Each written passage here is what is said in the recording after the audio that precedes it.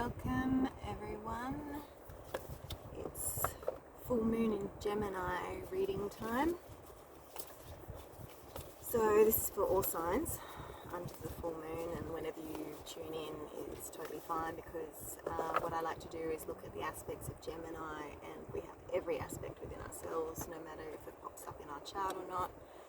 So Gemini is about dualities, moving from light to dark, maybe a trip from A to B, could be, two sides of the coin for a decision. It's also about needing change, play, being a social butterfly, and most importantly, I think, is communication. So what needs to be spoken, ruled by Mercury. It's all about the mind and communication. So let's dive in. Happy festive season, everyone. Take care out there. It's not an easy time of the year. It's also an incredibly joyous time of the year, so whichever light or dark side you're most aligned with, make sure you reach out to the other side to bring balance. And I am back in the van, as you can see, up in the Northern Rivers, New South Wales, New Byron Bay, Mullumbimby.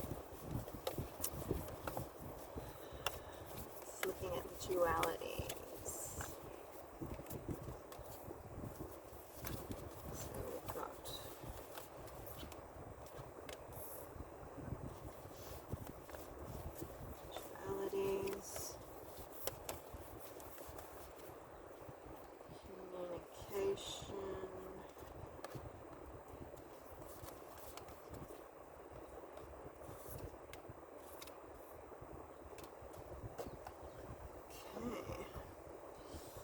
Keep flipping. Light to dark. Except this is dark. Just going to change something on my notes here. Dark and light. Because that's the way I was intending it. I had light and dark written down left, right, and the cards that I was actually putting down for left were actually for dark. Whoops. Dyslexic moment.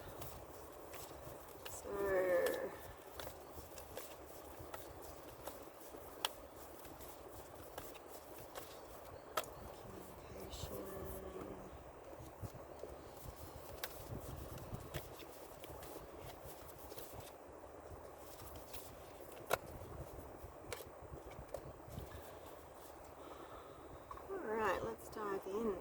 So whatever it is that we're looking at for you, for duality, so the repressed or the darker side, maybe where you've been stagnating, is about the king. So place of leadership, maybe you've been suppressed, you haven't been standing up in your power.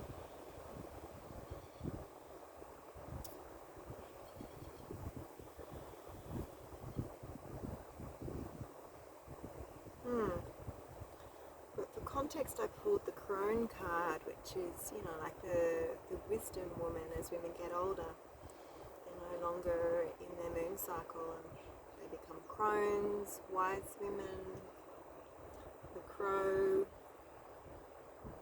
I'm going to actually draw on the card, the information for that one, because it's not really... So there's some conflict there. The sage. It's the final stage of the feminine. So this card, so it feels like the dark side is actually more egotistical, arrogance based, if the context is the crone, because the crone should be on the dark side, the intuitive, the feminine, the yin, the yang. The yin is the dark, is the woman, the feminine, sorry. Mortalitas is also that space.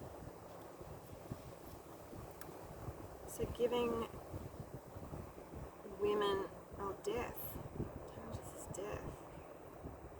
So something has to die. So the ego has to die. You have to let go of, and we're in the full moon, so that's the classic letting go time. You have to let go of this ego that's not serving you. You're trying to prove something to society, you're trying to prove something to family, you're trying to create this empire that is actually fictional. It needs to die.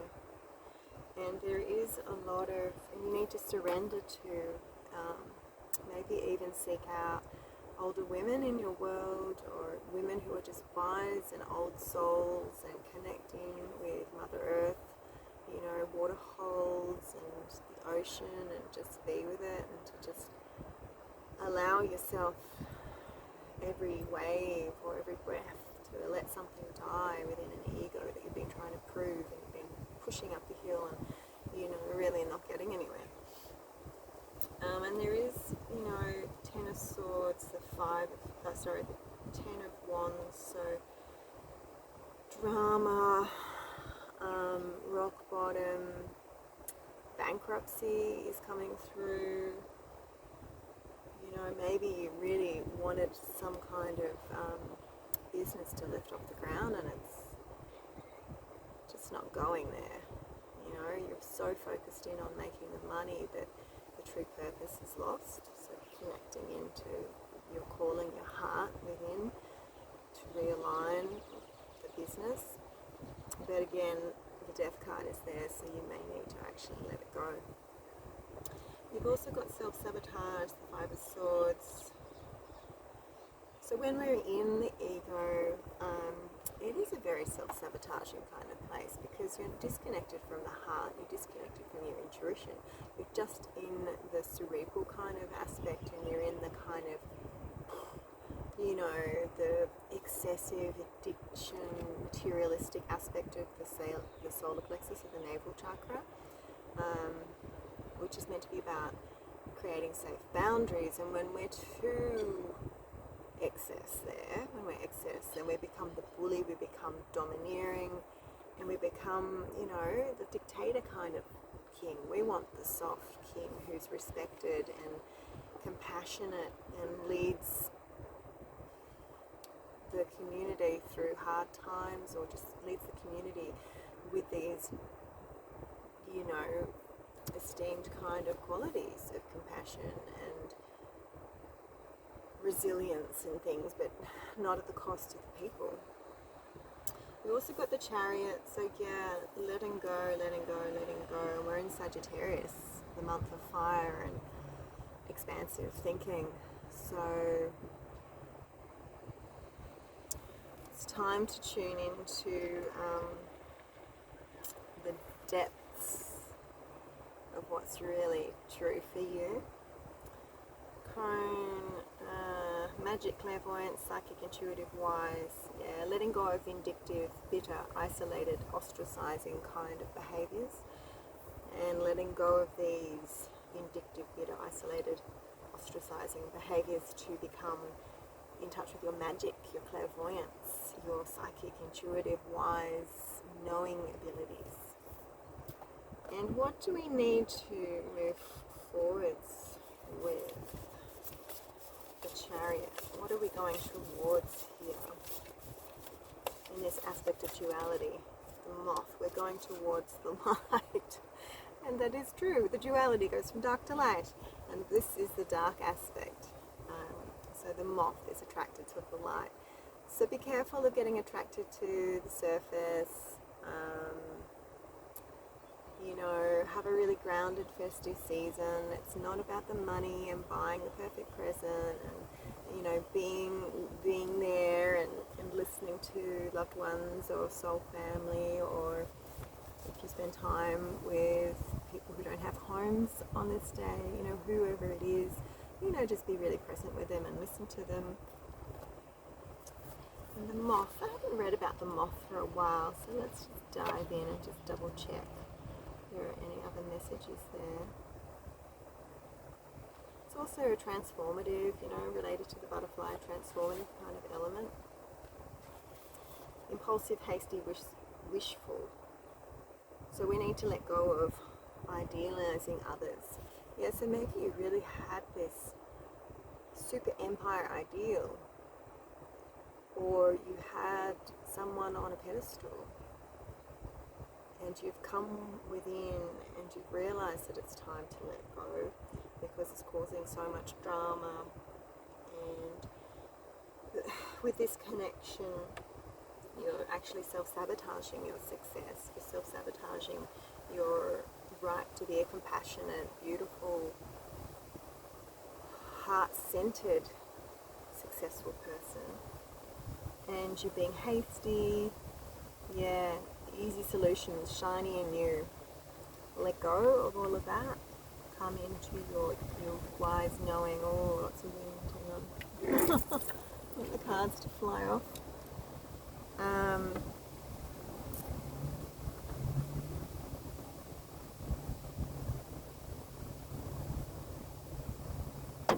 So there's been complications, complexities, illusions and trials. That is the journey of life, right? But you need to be practicing life as an infinite mystery and just honoring those whispers, honoring those, why am I needing to bully others? Why am I needing to prove myself? Why am I ignoring my intuition? Embracing life as a mystery rather than seeing it as difficult or wishing it was easier. Finishing a project. Okay, so finishing a project could mean letting go of a business. Or it could mean just creating a new mindset. Let's do another card for that. Where is that project going? To the sea.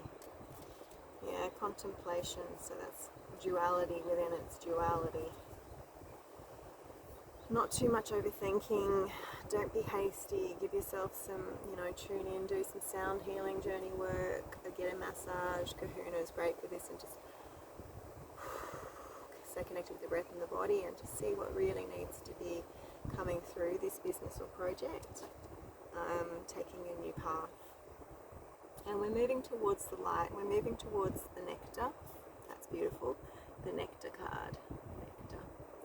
So, calling on your sweetness, maybe having a bit more sweetness, here in the southern hemisphere it's summer, so we've got all the beautiful tropical fruits, dates and mangoes and stone fruits, maybe just savoring when you eat, like taking a bite and just getting in touch with the sensory issue of juiciness, moving in your mouth, dripping down your face, the taste. Be really, really present with the sweetness. And we've got the poet and the apocalypse. What the hell is the apocalypse? I thought that was the death. Removing the veil of deception. Holy crap. Yeah, so we're moving into the light. So if you really want your sweetness, you really want that perfect partnership, you really want your business to succeed, you need to be really real with yourself. You need to let go of deceptions. You need to tune into flow, into the poetry of life. You need to, like Gemini, you need to be social and be the butterfly and have play. If we work and we're too serious, no one wants to be around us, and no one wants to be employed by us, and no one really wants to, that energy is just so wrong. And yes, indeed, we did get the Hangman, so letting go of these deceptions, letting go of these festering, kind of controlling ways, and opening up into the Ace of Pentacles, the new beginnings. New beginnings for the business. New beginnings for the business. Prosperous beginnings. New beginnings for the business. Oops. Treasure Island. Hello, baby. It's number 9, so another ending.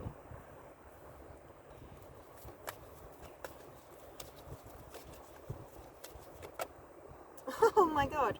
We literally got number 9 and then we got number 10, Unfinished Symphony. So, Unfinished Symphony, positive aspect of that card is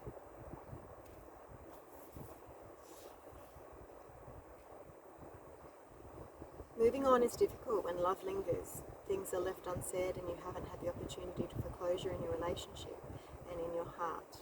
You can still feel bound up in relationships when closure is denied you. It's important to achieve this for yourself. Yeah, so if closure's been denied for you, write letters, really get in touch, purge, burn, cut cords, those sorts of things. If you can't actually have the closure face to face or over the phone or whatever. Prosperity, make sure you complete projects now before starting new ones. Yeah, so it's feeling like you need to let go of the mindset, let go of the ego rather than the actual business or project. How can we take a shift? We're in Gemini, Moon, so the mind. How can we use play and social structures to, like conscious businesses, like Holy Crap, the toilet roll company, bright, colourful stuff, joyous messages. Can't think of any off the top of my head, but like everybody does it, so why do we need to be in delusion about it? Just be expressive, be in your Gemini communication. What needs to be spoken? What needs to be spoken? What needs to be spoken?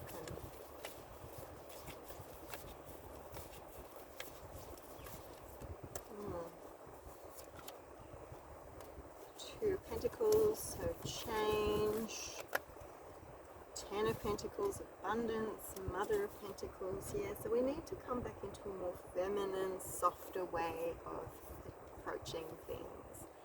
They're all Pentacles, so this is great. That's the materiality, it's the money, it's, two for togetherness. 10 is one is like new beginnings and completion all in one. What needs to be spoken? Balance and change. The Two of Pentacles signifies inevitable change. Since the Pentacles suits relates to earthly possessions, this usually means a new job or financial situation or a move. Even if you fear this change, it needs to happen and might even be fun. Maybe it's a promotion time. Like something is being let go of. You've got let go, we've got death, we've got sabotage. We're letting go of something. Promotions. Abundance, yeah, because we've got the abundance card. So we're letting go of a role that's not utilizing all of our skills and talents. If you're in such a role like that, it's time to believe in yourself and to get that intention and vision board and visualization of where it is that you want to be. If you're only earning this much, then keep thinking about the number that you want to earn, not being attached to the outcome, letting it go. So with the softness of the Mother of Pentacles as well. So doing a ceremony, make sure you get into nature. Even if you're in the Northern Hemisphere and it's cold, get out there and make snowmen. Snow humans, snow women, snow children, snow beings, snow fur babies. Get out there, hug trees all rugged up. Of course, light fires if you can. Get in touch with the earth, that transmutation of fire as well, because something really needs to change here. Any other archetypes that we can call upon?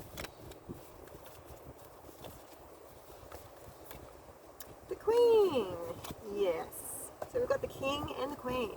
So we are coming into the sacred feminine, letting go of patriarchal kind of ways and structures that haven't been serving us. Tuning into softer, more intuitive, more inclusive, sacred feminine kind of concepts and ways of being.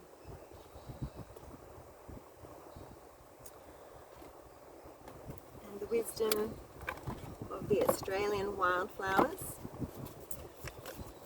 for play. Oh, whole bundle just jumped out. What's on top? Crow's foot, which is rebirth.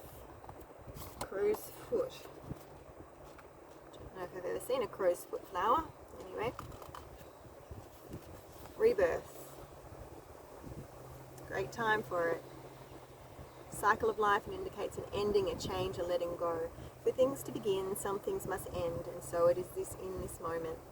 Holding on to something is not in the best interest of all that are concerned, not the least yourself. So it's hard to let go. You know, it's really hard. But you need to trust, and if something's not right for you, you need to let it go. And you need to create this space for the new job, for the new love, for the move. Crow's foot does show a new era of beginning for those who have been in shadows. Acceptance of change is strongly known as a key to coping and finding strength. Old negative habits are being shown up, and you are reminded to let go and move on. The challenge of crow's foot is stagnation and resistance to change. As a healer, crow's foot supports those coping with life transitions and changes. What can help us in this transition? Here and now, time to go. It's pretty clear. So more letting go, and in that process, just stay in this moment. Try not to keep, if you catch yourself reminiscing about how a relationship used to be or why you got into a career, come back to the now. You know, place your hands on your heart or in prayer pose. I love shaking. I've always loved it. Just bouncing with your feet connected to the earth and just letting everything go brings you into your body. If you do forward bend, so standing up and carefully strengthening your core to protect your back, dangling your head down below your heart, then you can't think. And getting in touch with breath work and meditations, cold showers, just to really reset and to,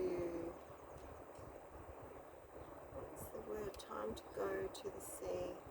No, there was another card. Oh, here and now. Yeah, to be present in the here and now. So 32, which is a 5 for change. And it's a beautiful image of the egg with the door on it and the sign saying past and future. So you're not in the past, so you don't need to anything that's happened before, this beautiful love making, this offer of promotion which never happened, all of that is in the past. Your future is where you're heading, but you're right here, right now. So feel the earth beneath you, grounding,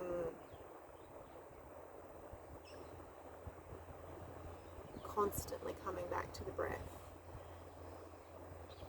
listening to meditation music,